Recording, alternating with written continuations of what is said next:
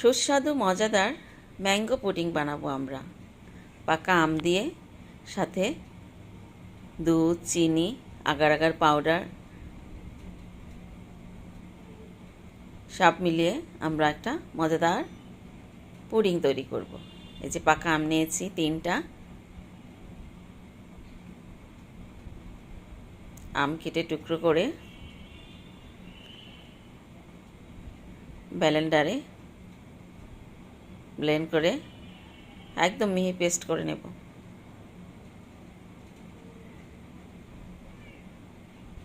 এরপর আমের সাথে দেব দুধ। এখানে 3টা বড় সাইজের আম, তার সাথে 2 কাপ লিকুইড দুধ,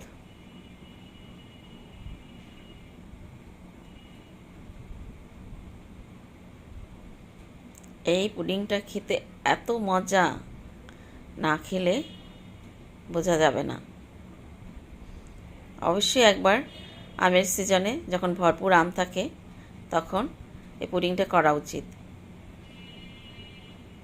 এরপর দিলাম 1 কাপের চেয়ে একটু কম চিনি।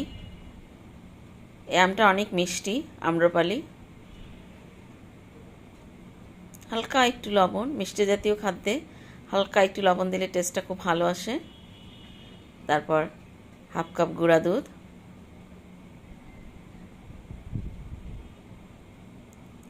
এবার 2 চা চামচ আগার আগার পাউডার, একটু হালকা পানিতে 2 টেবিল চামচ পানিতে গুলে নিব। এরপর আম দুধের ভিতরে আগার আগার পাউডারটা দিয়ে ভালো করে মিশিয়ে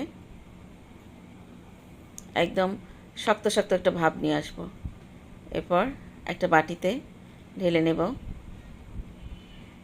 রুম টেম্পারেচারে ঠান্ডা করার জন্য কিছুক্ষণ রেখে দেব। তারপর আমরা ফ্রিজে রাখবো 2-3 ঘন্টা। পুডিং জমে গেছে। এই যে কি সুন্দর কালার হয়েছে,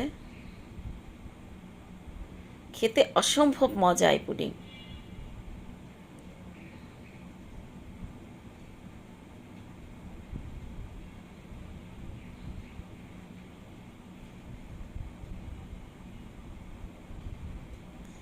এটা খুব বেশি শক্ত হয় না এই পুডিংটা।